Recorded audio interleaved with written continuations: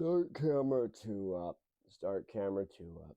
Start camera two up. Ready, set.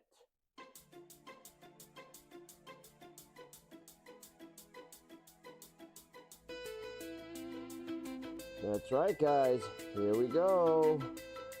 Live from the Crescent Moon Temple. It's the morning show with your host, Tolinar.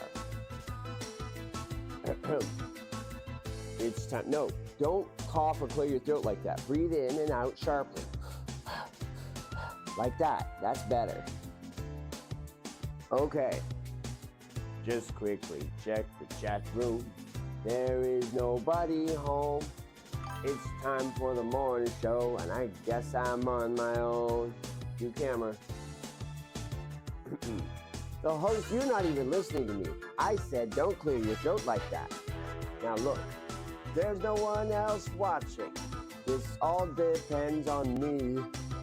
If you want to be a voice actor, you gotta take care of your voice. And that means no coughing or clearing your throat. Do it by conscious, not choice. You need to focus on proper care here. All Twitch systems are good to go.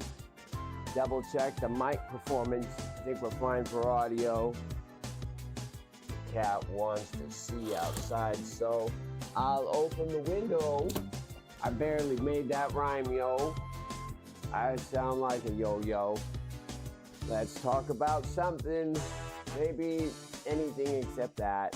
The schedule's not what I want to do or say or be. I need to get some tea.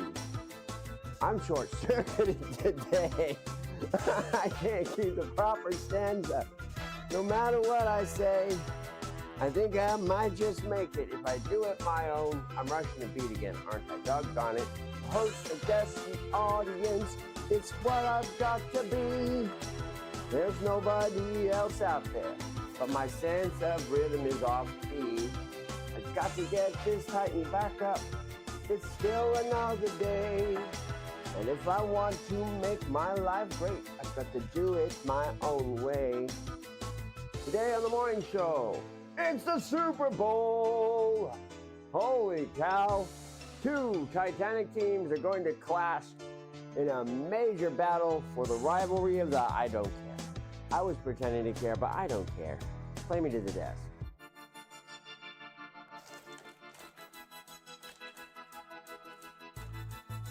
The boys got the sports ball. They're sportsing it up and down the field. What do I don't care. What'd you have for lunch today?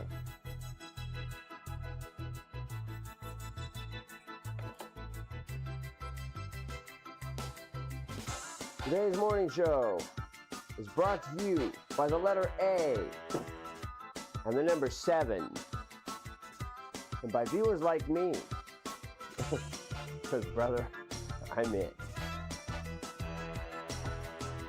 Let's just start my tea up.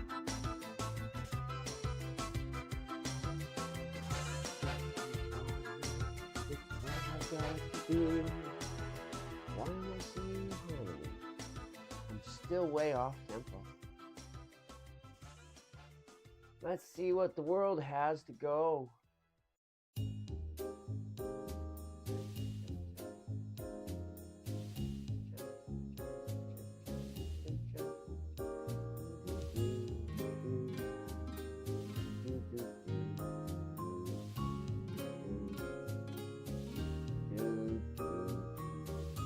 We're listening to the extra track.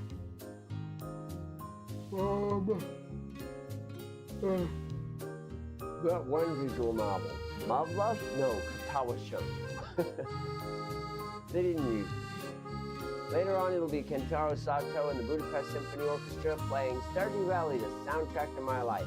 Nobody cares, because Elara just went on the air for Subathon Day 4-3.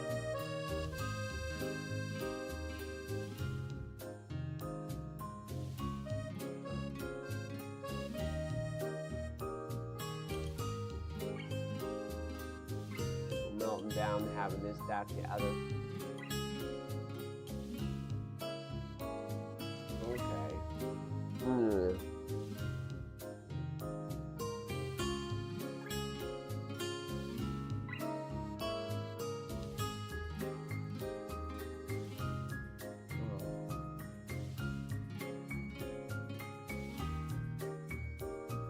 Anyways, we're getting on it. It's a little loud. We're gonna get the volume down a little. There we go. Same thing as always. Every morning, same nonsense. Nobody's running the switchboard except me, so I'm the one who changes the volume. Oh.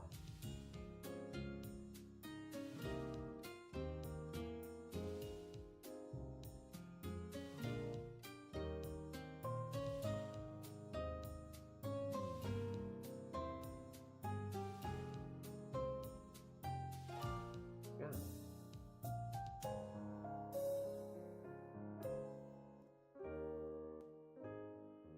Mm-hmm. Good morning.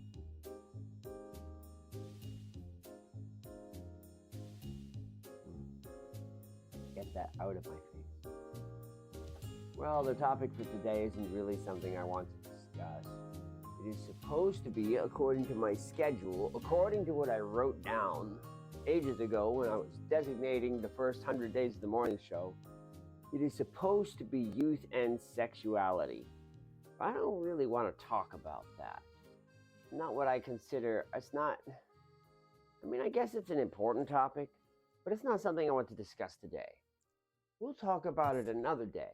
It's the sort of thing you have to be in the right mindset to discuss. You have to be in the right mood to discuss it. You know, it's a heavy topic. It's an important topic, so I don't want to do it a disservice by skimming it. But it's definitely the sort of thing that you need to have a certain mindset for. Today is not the day. Let's not talk about that today. Let's pick something else to talk about. Nom, nom, nom.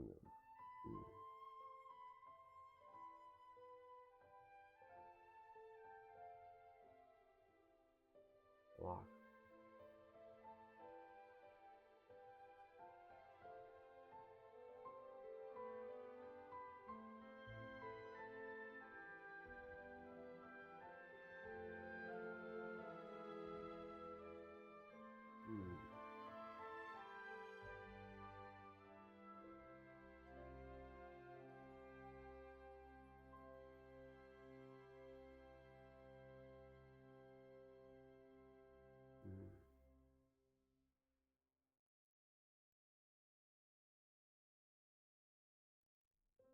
Technology keeps moving forward, you know.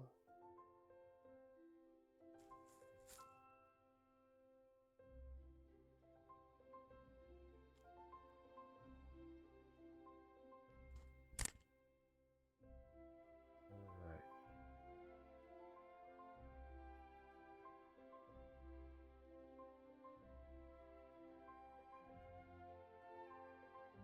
Yeah.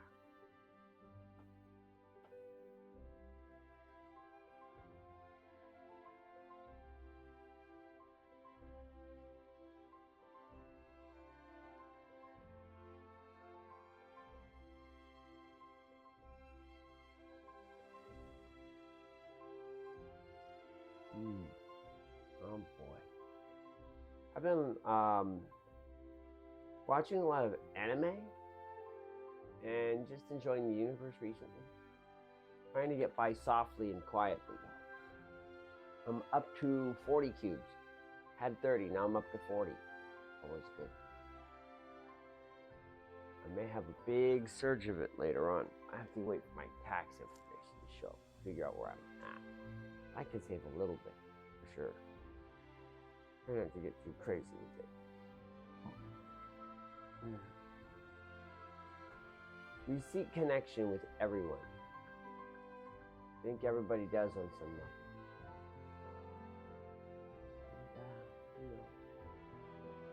Constantly being that person.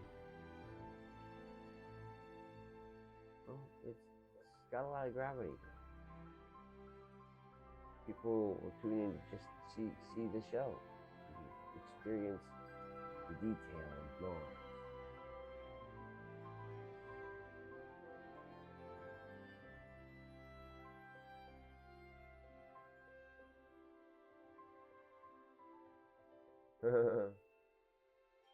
Somebody actually pretending they watched the morning show. Holy cow.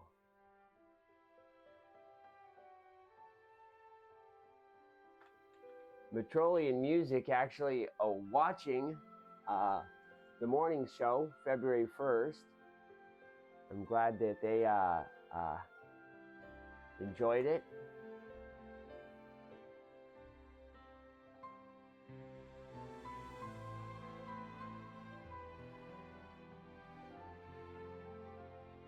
This is a person who does song edits and music stuff. The idea is someone actually watched my show. Well, that's a little bit appealing. But I don't know what to think of that. If you are watching, if you are out there, Metrolian Music, well, thank you for watching. I wish I had a better topic for you. Music has seen a huge amount of upending lately with the data systems. Stable Diffusion makes it possible to create many things from nothing. And people have been using it to churn out awful AI dreck that has a tendency to suppress creativity as opposed to inspire it. I think AI has the potential to do both. But if you wish to be inspired by AI, it must be a conscious effort. You go seeking new ideas. But no, I don't imagine. Wow. Let me check my analytics.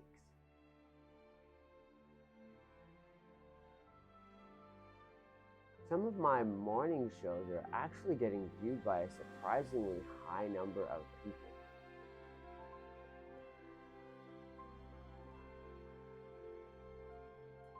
Yeah.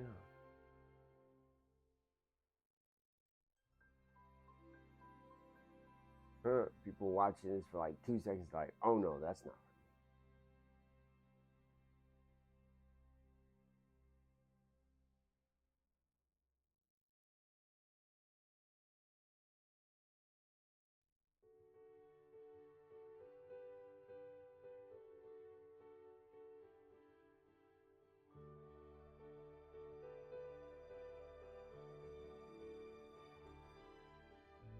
Yeah, that's funny. Okay, the analytics say that nobody's watching for more than a couple of seconds. People are clicking on me by accident. Hey, I'll take it. Welcome, accidentals. Anyways. Yeah, we work our way forward and do what we can.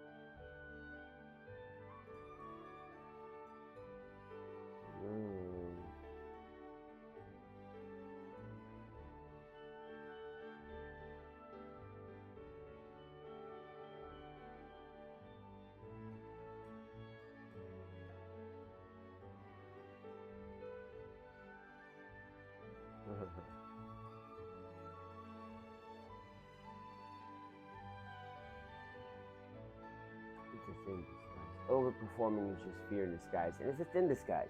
Most people are good enough to see through it. Somebody works their butt off because they are afraid of the consequences. Lots of people know this.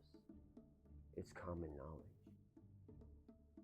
Fear is a powerful motivator. Yeah, that's the truth. People projects. I don't want to eat a box or sounds like a bad cookie.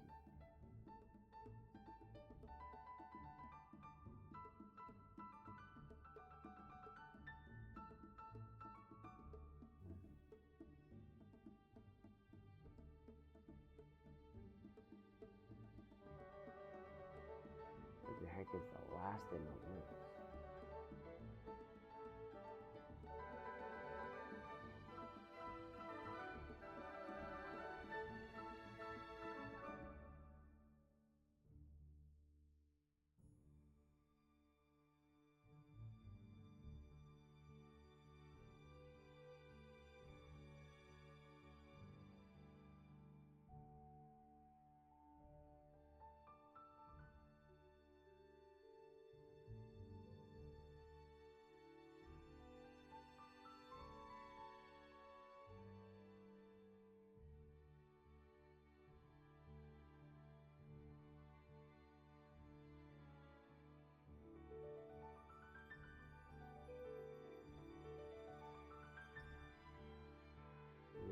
Somebody arted this, but I don't think.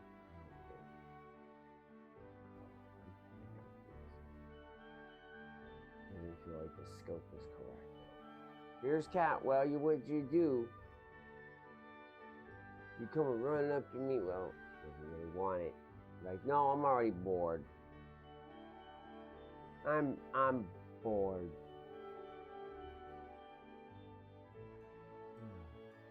Cat's bored. What am I supposed to do about that? Let's get some tea. Cat's bored. I've bored the cat. That's the end of it.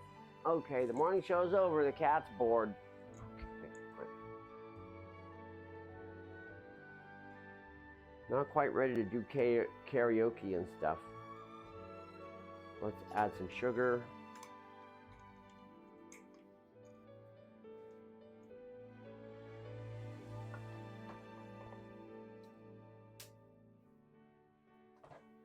Good. Sugar. Milk.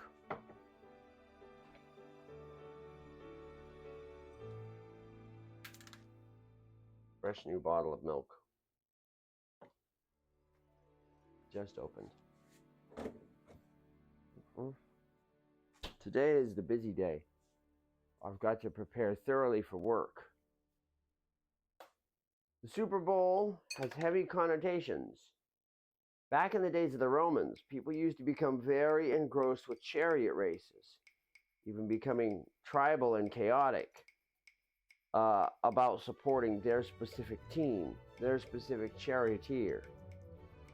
That tribalism carried forward through society in an aggressive and bad way back then.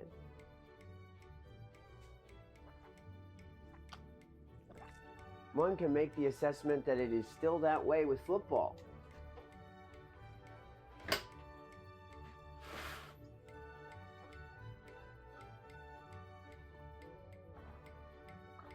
I don't want to have to deal with rioting or fire in my town just because my team loses the Super Bowl. What am I supposed to do about that? Now don't you get over here and get pissy because I closed the window. You got out of the window. Oh, you just went for a glass of water. Is that all? You just went for some water? All right, I'll get it for you. Sounds like a train out there. There you go.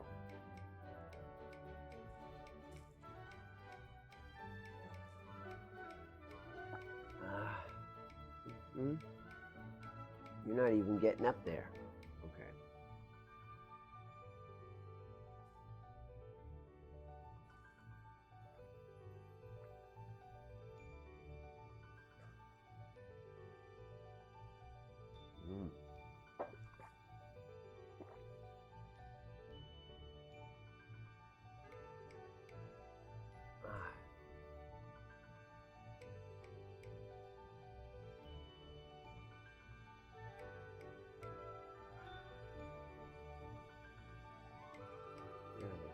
People are still going on about.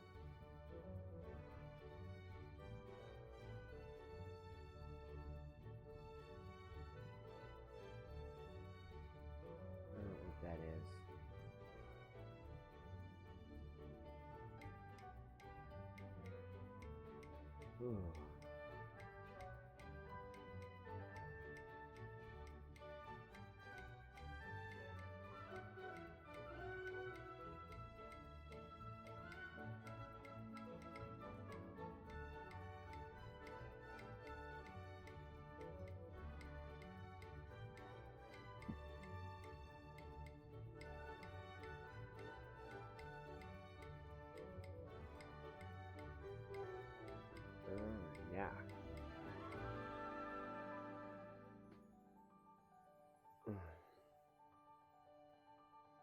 Water.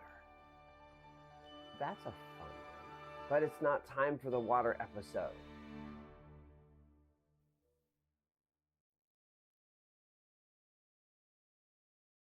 Boy. The water episode's going to be good when it's time. It's just not time right now for the water episode.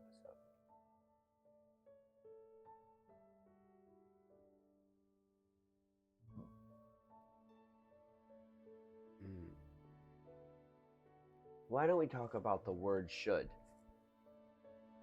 That, I think, makes for a great topic. Yes, it took me a long time to come to a topic. I think we're there. Let me use the bathroom and we will discuss the word should.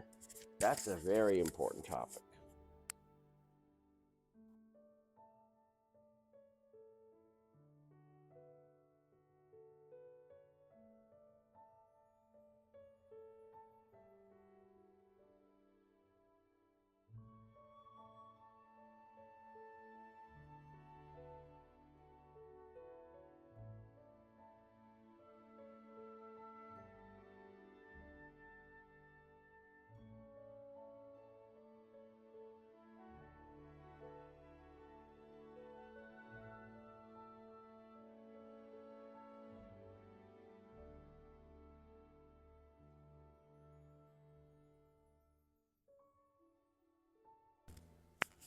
I like my brain jogger tea, that's for sure.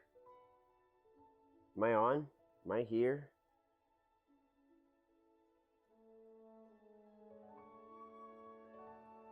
There we go. Okay, we are cooking. Is my mic on? Oh, I know why it's quiet. It's because I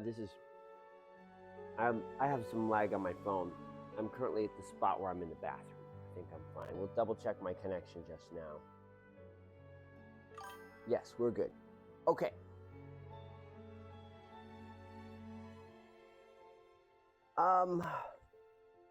Should. People form towering expectations for others, for themselves. But what is an expectation, really? Why is it that we form such lofty expectations and then they fall flat and we don't know what to do about that?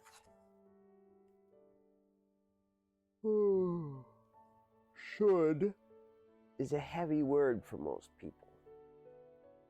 It represents failure. It represents the unknown. It represents all these things that are scary. It helps paint the word in a very negative way. After all, should represents things that have not come to pass and therefore are uncertain whether they actually will come to pass or not. Yeah, there's somebody who should be on time. It means they're definitely not going to be on time for certain. It creates the possibility they will not be on time. And if you didn't say anything, that possibility wouldn't exist and they would just show up to say good morning, Minto, like everybody is. Sorry. She was 3 minutes late today, so I don't know why I'm grousing. Anyways, let's get back to should. The word is terrifying. But the source of should is almost more important than its connotation. Whose should is the question. Because there are people out there whose should for you is not good for you at all. And there are people out there who only have your best interests in mind when they say should. There are people who have creative possibilities when they say should, imagining the doors open. Or like a grand movie director. And then there's you, and even your should is no guarantee. And you tell yourself, I should get breakfast.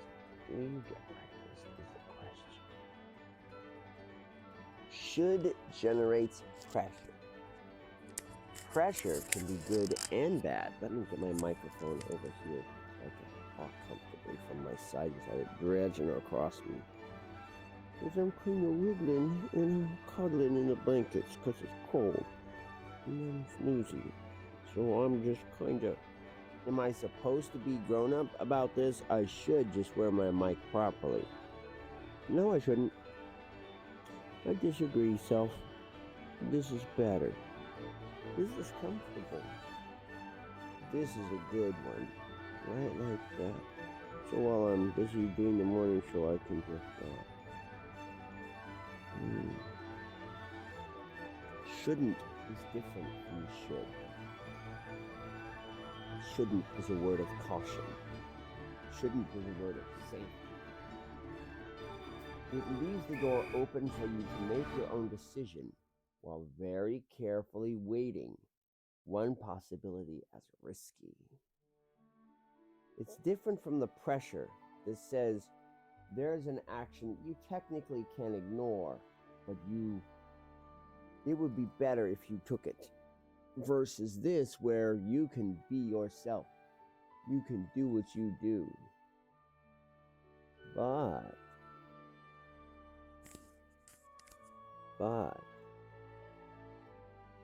if you do what this thing is, then it can have very negative consequences. That's what shouldn't means. And it's a very effective word, shouldn't. And most people respect it, and they enjoy shouldn't. And most people hate should. Should is not a good word for anybody.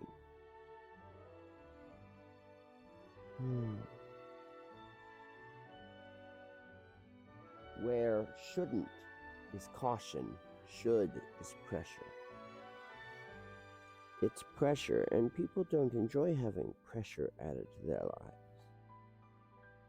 But is it useful to them? If you increase the pressure in someone's life, does it get better? Well, the actual answer to this is like a bell curve. A person who is beyond pressure, a person who is in the void, will ignore all pressure applied, to the point that adding more pressure will not cause any positive effect whatsoever. A person like this is in an abreaction state, where any attempt to control or improve their situation will be met unilaterally with refusal. In this case, should will have the opposite effect, even coming from the self. Person can think to themselves, I should eat something healthy, and immediately go somewhere nasty and just yump something gross.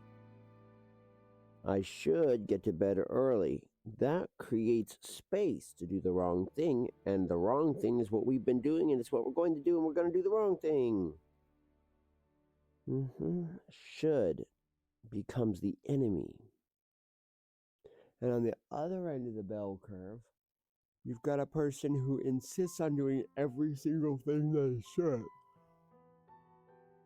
The person who is disorganized who's organized to an unhealthy level, who's rigorous and regimented, and driving themselves bonkers with stress because of all the things they should be. Desperately trying to be perfect, they're stretched too thin. One is wadded up like a cold piece of chewing gum. The other is stretched far too thin to the point of breaking. But normally, pressure is pretty good. If you keep at it on the cold lump, you can work it back out again. Being insistent with pressure on something that has none will eventually cause motion. Eventually. And once there is motion, pressure enters the middle of the bell curve, where some pressure is a good thing, helping to maintain a good steady flow. Thinking to myself, I should do the morning show. Part of it is because the morning show is something I want to do. I want to talk about stuff. Part of it is because I've done the morning show now every single day, with the exception of one afternoon show, since the start of the year, and I don't want to drop the ball. There's the cat. What you doing, kitty? Are you going to raid the stream as usual? Cat's gonna raid the food dish. There's nothing in it, though.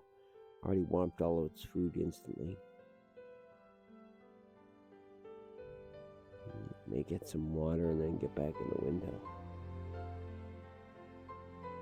Exactly what it's doing. It's like, I need water. Smart cat, maybe I should get some water.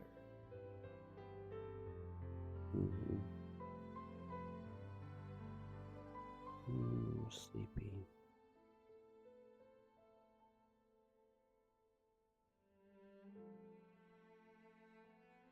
Even through intense commonality, there's something amazing to be said for it.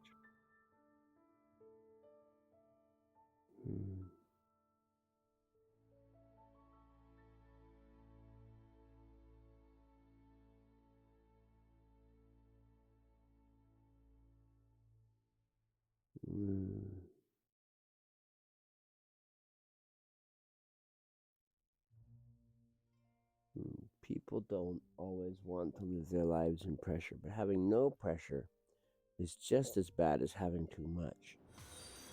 It's the right amount of pressure that's the key. So what do we do when we say should, but it doesn't pan out? When we stop listening to ourselves and our own should, it means that our unconscious is out of alignment with our conscious. Often, it means that we need to be selfish and we are not respecting our own needs. And so the body is simply taking without asking. And this is dangerous.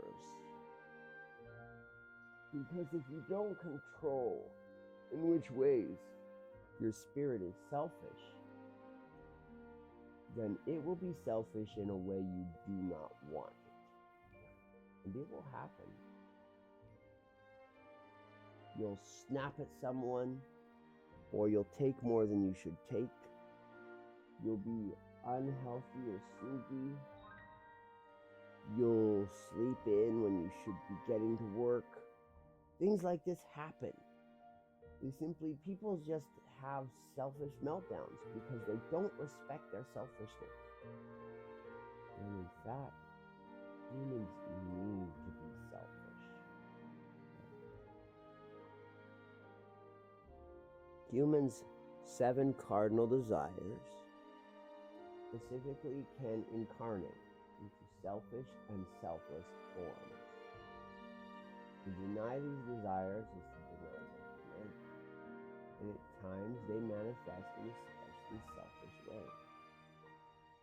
If you pretend and try to force yourself to be selfless, eventually it will catch up. Eventually your body will try to set things straight. There are times when you have to let yourself eat it all. There are times you have to let yourself get lost in the moment. There are times you need to be allowed to express your anger and frustration. There are times when you need to be proud of the beauty you have created. There are times when you need to be greedy and fully exploit something, all for yourself. There are times when you need to settle in and let other people deal with their own damn selves. There are times when you need to imagine the supermodel or the heavy home. There are times in every life where selfishness must be accepted, not by society, but by you. Because if you are in constant disowning of your own selfishness, it will sneak up on you. No one is ever rid of it. No one is ever free of it. If you don't decide, it will decide. You might not like its decision point. You could do something that is very out of character for you.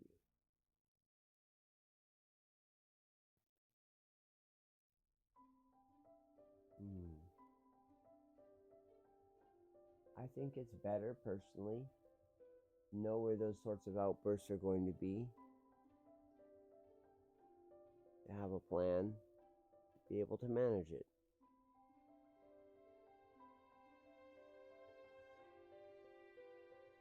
I don't know about you. Everyone is unique. Outletting is when you specifically allow yourself to be selfish, you know? You sit down with some porn and you enjoy it very thoroughly. Or you eat the entire steak yourself.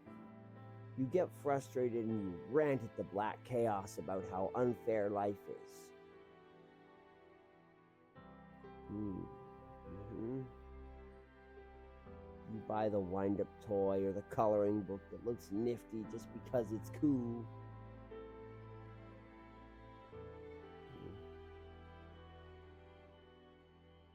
When you sit and stare at that one really neat thing you did, you're like, yeah, I did that. That was awesome. Or you just go back to bed and get some sleep. Here's the thing. True selfish acts always are about satisfying the 7 motives. So they will always benefit you in some way. You'll express your true feelings. You'll feel connected and understood. You'll feel comfort and relaxation. You'll feel important and accomplished.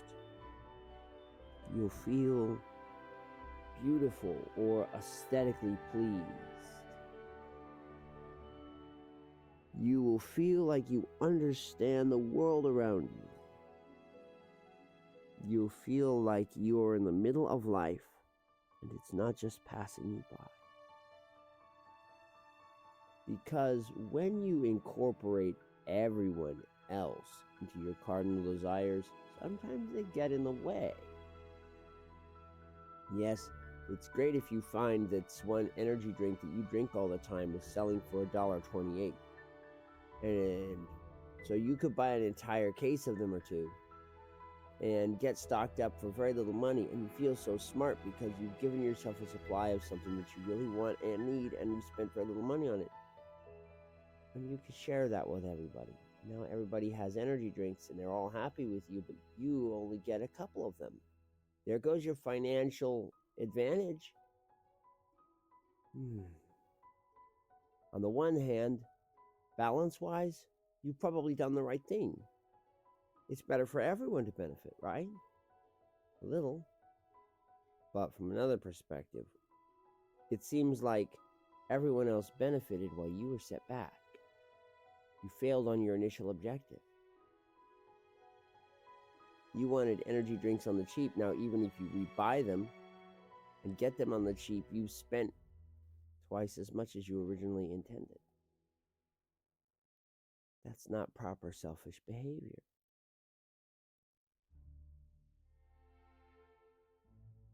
Including everyone else decreases your take in most cases.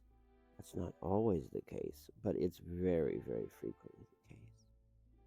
So when your body and heart believe you're not getting a fair cut, and you're not satisfied with your portion, you will become selfish.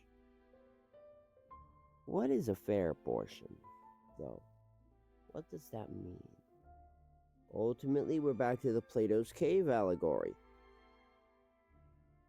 The people who have next to nothing think that the tiniest amount is fair. They live their lives very good. And this succeeds because people who live good lives are almost always surrounded by other people living good lives.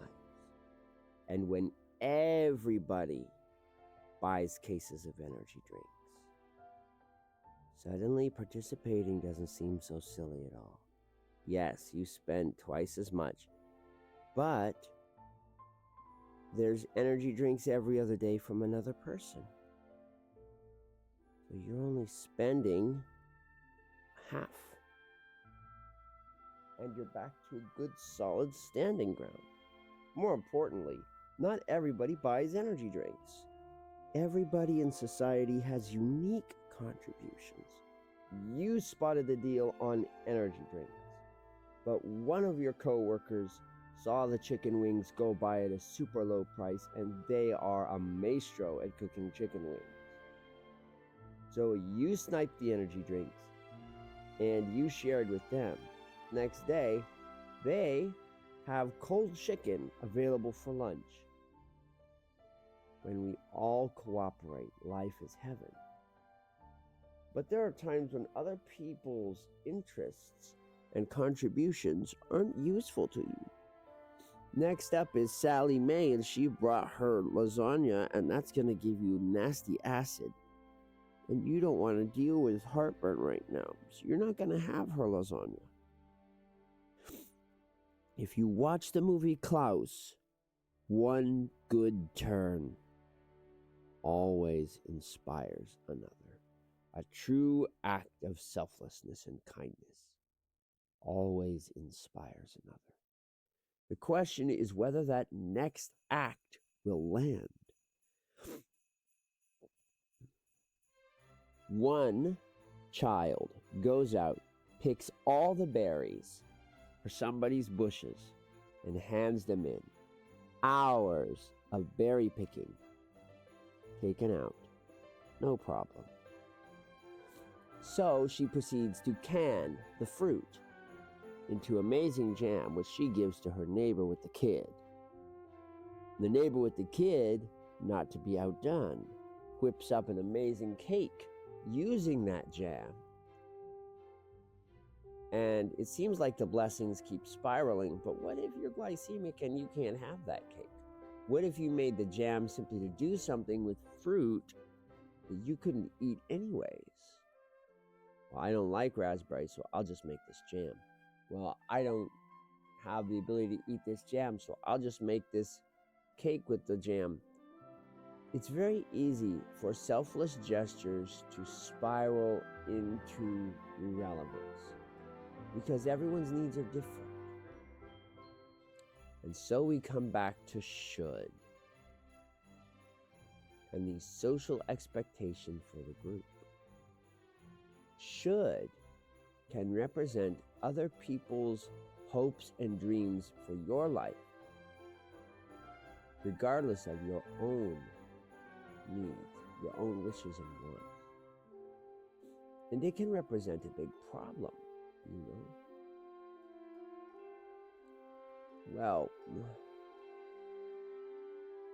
the nice way to say it is that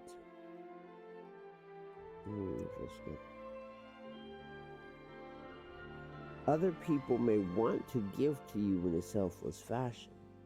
And if they can't tell what it is you want and need, those gifts will fall on deaf ears.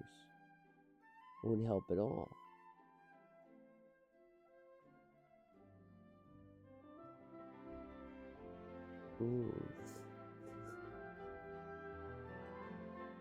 That's why it's important to be selfish. Only you can know what you really want. Only you knows which desires need the most attention, because you're at the control panel. Whether you feel emotionally lonely, or whether you feel that you are being shortchanged by fairness recently, whether you feel like you're unimportant, or simply that things are a mess around you, your personal motives are your own, and it will be necessary at times to be selfish. Should represents the pressure of society. You almost never should do something selfish and then decide against it. If you do, it's usually because another demand, whether selfish or not, has got in the way. I should cook myself dinner because I need to eat well, because I've got a big day tomorrow. But instead, I'm just going to go to sleep because I'm exhausted. Or maybe I'll watch some anime first and entertain myself and then sleep. Why would you do this? You've got work. Your body is tired. You gotta feed yourself. Just going to sleep makes some sense. Okay, fine. We'll just sleep and then eat. That works too. But why are you sitting and watching anime when you should be cooking? Because you've been working. Your body is hungry, but you are starved for entertainment too. Your body's like, sure, I'm starving, but at the same time, I've been doing something repetitive and stressful. I need to unwind. I want entertainment right now. And so you watch TV without cooking. And then you're very hungry later. You're like, oh, I wish I had cooked. I should have. But your unconscious is like, we did exactly what we needed to do. We got unwound. Trust me, you don't want to explode at work. Be like, oh, this job sucks. I'm out of here. That would have long-term consequences that we don't want to accept. We watched a fun show. It was lighthearted. We laughed a lot. We went to bed happy and satisfied with the episode we got on. Now we're thinking about the next episode, which hasn't aired yet, and we're excited for it. It is distracting us from the melancholy of a boring job. Trust me. In this case, distraction beats nutrition. I've got the balance. I'm at the wheel. Everything is right where it should be. We are achieving our should. So, that's the nature of should. On a way, again, it is conscious meddling in the realm of the unconscious. The attempt to add artificial pressure. But the word should is almost never useful to us. The only time it ever really helps is as a reminder. We use should to create layers of artificial pressure, stacking it up. Dishes, dishes, dishes, dishes, dishes. When dishes aren't really a priority because we don't care that much about aesthetics. We need to be entertained and fed. But it's dishes, dishes, dishes, dishes, we say we should. And we ignore it. All that artificial pressure means nothing to the balancer. The unconscious says, I don't care what your opinion is, and I don't care what their opinions are. I'm gonna do what I do. I got this, man. I've been doing this for my whole life. Since the moment I was born, I've maintained the balance. Now you trust me, I am on it. Like Scotch bonnet, I know exactly what we really need. And it's this. No, if you want to adjust the balance, you have to do it by satisfying needs. That produces results. Oh, yes. You satisfy needs, and now the wheel turns. It's just like remembering to step on the gas. You can spin that car's steering wheel as much as you want. Car's not going to change direction until you step on the gas and apply some momentum. Once you are doing things, you can change which things you are doing. That's the trick. Adding some momentum, but not too much, again, helps you pivot. And then should can happen. If you're tired, you can be like, I should get all of this done. But your body needs sleep. So what you actually should do, what you actually may end up doing, is going to bed. Preparing for this properly. Be like, yeah, I really need to get the dishes done. Let's go to bed now. Don't battle with yourself. Don't think to yourself, I should go to do the dishes, but I really want to go to sleep. So I'm going to pick option 3 while I figure this out. Now you're not doing A or B. You're stuck on a sidetrack. And that's something that the conscious mind can do. It's one of their wild cards. It's like, well, hang on. Let's think about this. Take your time. I want to reason on it longer. So let's do something irrelevant while we piece together the right answer. Unfortunately, we do this so often when the solution isn't an A or B. So, what does it mean to stall, to procrastinate? Stalling or procrastination is a tool that the human mind uses when it believes it must decide between two mutually exclusive courses of action. You have a candy cane. You've held on to it all this time since Christmas, and now it's the middle of February. It's getting to be the last of its kind. You like candy canes pretty good. You know someone else who likes candy canes pretty good. You could use this candy cane in your tea and have a delicious peppermint candy cane tea, or even in hot cocoa. Or you could give it to someone else as a gesture of kindness. It sure ain't a Valentine's gift, but you know, it might be very well received. But if you give the candy cane away, you can't eat it. And if you eat the candy cane, you can't give it away. And for once, the balancer doesn't know what to do.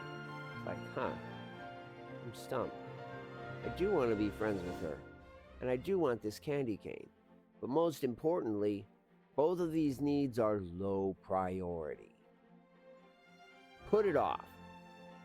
We'll cook on it for a while. Instead of eating the candy cane or giving it away, let's go make lunch. Let's go get some real food in us. Or let's go to sleep. Let's rest. Or let's watch some porn or something like that, you know? Let's take care of another need, and then we will circle back to this later and make a decision. That's procrastination.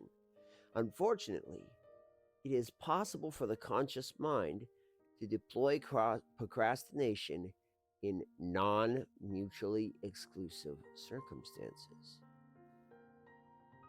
Mutual exclusivity exists within every time frame. For the most part, you can't do two things at once. Now, there are exceptions. Here comes Cat to prove me wrong.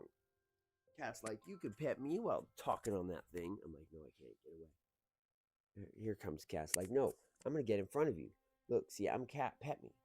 I'm persistent. I'm going to sit on your phone. Look, I don't want to do it. He's the kitty. You don't go after the microphone. That's not yours. Get off me. Okay, fine. Let's show some patience for the cat. Okay. Don't lick that. Okay, cat's got nothing to say. Just gonna get on me and climb up on the dean. Thank you. It's just what we're gonna do. President of the school is gonna get the cat on his lap. Dr. Evil, thank you. Okay.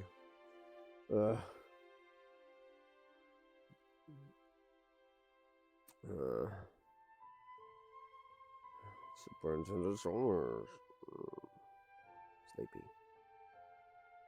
cat's purring now. Not that you can hear it through a microphone. Okay, give cat some rubs. The cat is insisting. It's like, you should. Poor bored cat. It's like, thank you for some attention. Now I will have some more. Thank you for that attention. I will have some even more.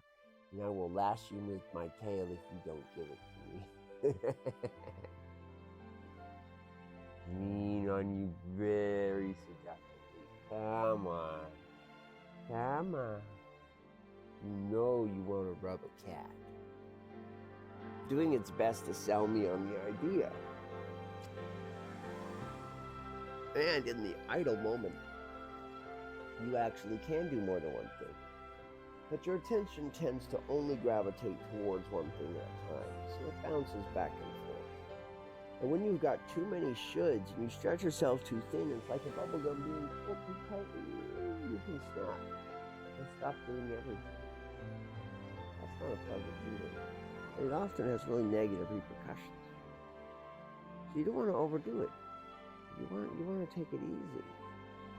But at the same time, it's worth noting that procrastination, stalling, exists specifically for mutually exclusive possibilities. The things when you're going to do both, you shouldn't shoot for an option C. Just pick A or B, get it done, and then go on to the other.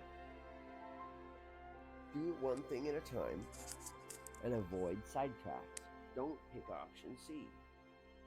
Ask yourself, is it going to be A or B? Do I need to make a decision between two mutually exclusive goals? And if not, let's just start doing stuff. Be impulsive. When you have decided on multiple goals that you have to get done, just start into one. Just go for it. Don't delay, because that puts you on track C, and now you're doing the task that is third priority instead of the task that is first or second.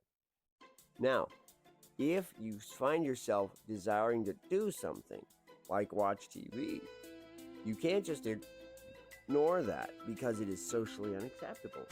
It is part of the balance. Oh. Somehow we got back around to the start of the show. Holy cow. Okay, we're out of time. I really got onto this topic, didn't I? All right, guys.